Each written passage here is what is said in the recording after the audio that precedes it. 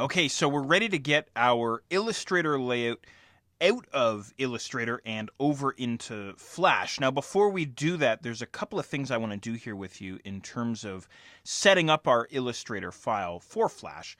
We're going to take our layout and break it apart or break it out across multiple layers. We're going to do that. We have a few more symbols to set up. And I also want to bounce something off your noggin called flash text, so we'll get to that as well. So to get started here, what I'm going to do is I'm going to break apart the layout onto multiple layers. So make sure you have your layers palette handy there over on the right-hand side. You know, as a matter of fact, give me 2 seconds. I'm just going to tear this guy away and collapse down the right-hand side, just so things are maybe a little bit more clear here for you on screen. Less clutter. Okay, so here's what I want to do. I want to break everything apart onto separate layers. I'm assuming, by the way, that you know about layers, you understand the concept of layers. So what I'm going to do here is I'm going to grab, I'm on my black arrow tool here, I'm going to grab the main menu here, which we created right across the top. And holding down Shift, I'm also going to grab the logo there as well. So I have all of that content selected. And now what I want to do is I want to move that content onto its own layer. So at the bottom of the layers palette, go ahead and click on Create New Layer, and that'll give you a new layer there. And how this works here, anyway, I'm not sure if you know about this in Illustrator or not, but everything we've been creating so far has been on layer 1, right?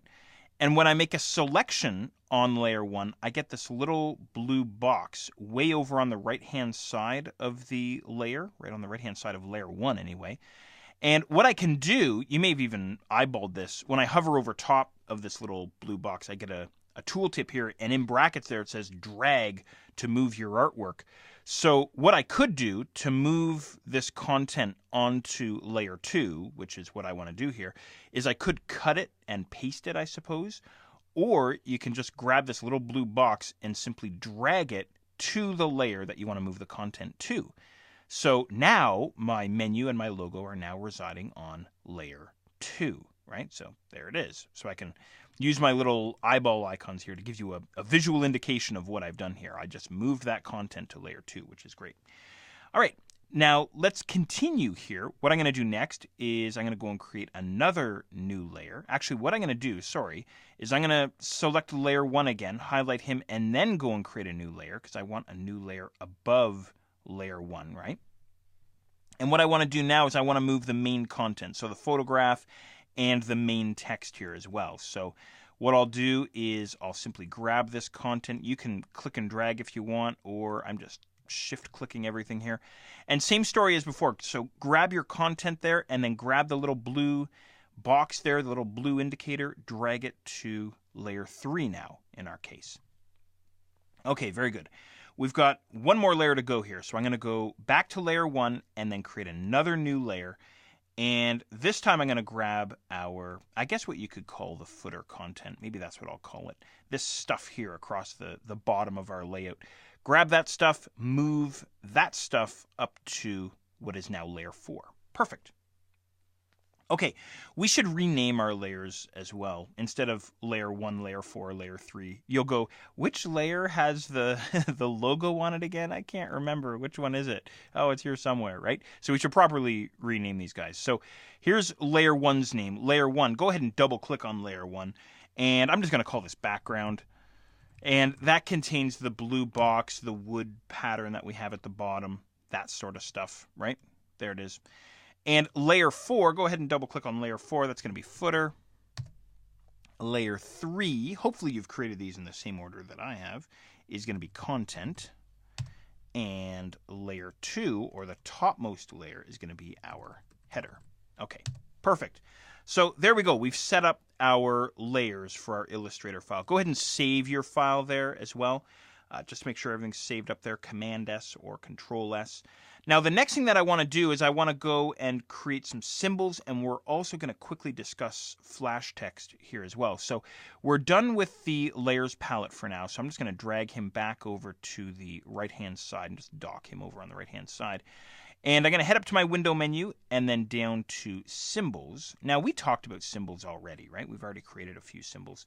So this is going to be real quick here. All I want you to do, and I'm going to do one of these sort of on camera, if you will. There's no camera here, but you know what I mean. During the recording, I'm going to do one of these for you, and I'm going to leave it up to you to do the remaining menu items on your own. We're going to convert each of these menu items to a symbol. So I'm going to start off with home. I'm going to grab home, and let's see here. I'm just going to click and drag him into the symbols palette. The name for the symbol, here's what I'm going to do. I'm going to name it after the text label, so home, and then underscore BUT, because it's going to be a button eventually, right?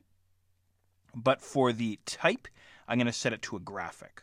Okay, so again, I'm going to leave this up to you to finish off the remaining menu items. So the next guy would be applications underscore BUT, and he would be a graphic. Seminars underscore BUT, he would be a graphic, and so on, right? And I'll do the same on my side so that when we get this layout into Flash, we'll both be at the same spot, right? So go ahead and click on OK, and I'll leave it up to you to finish off the menu items there. Okay, Flash text. I got to throw this at you real quick. Let me just get this guy out of the way. When we're working with Illustrator to create Flash interfaces, not only can we, of course, throw text into our layout, but we can also control how that text comes across into Flash. And there's a couple of different types of text inside Flash. For example, there's static text, there's input text, there's dynamic text. And that really comes from previous versions of Flash. And there's a new version of text, or a new text engine inside the latest version of Flash. We have what's called TLF, or Text Layout Framework text, inside Flash as well. But if you wanted to work with, for example, input text in Flash or dynamic text in Flash, if you know what I'm talking about, awesome.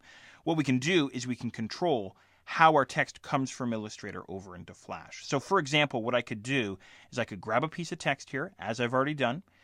I could head up to the window menu, and then all the way down to type, and then we actually have a Flash text palette handy here inside Illustrator. Now, I'm not going to actually do anything here. I just want to make you aware of this should you want to make use of this in your own work. So we'd grab the text, head into the Flash text panel, and then decide what kind of text we want when we get the layout over into Flash. So there's the three primary kinds of text. We have the static, dynamic, and input, right? So I'd grab my text and I'd go and change it to whatever I want. For example, the dynamic text there, I'm going to go ahead and cancel that. Or the input text if I want. You're going to get a warning every time you change it there.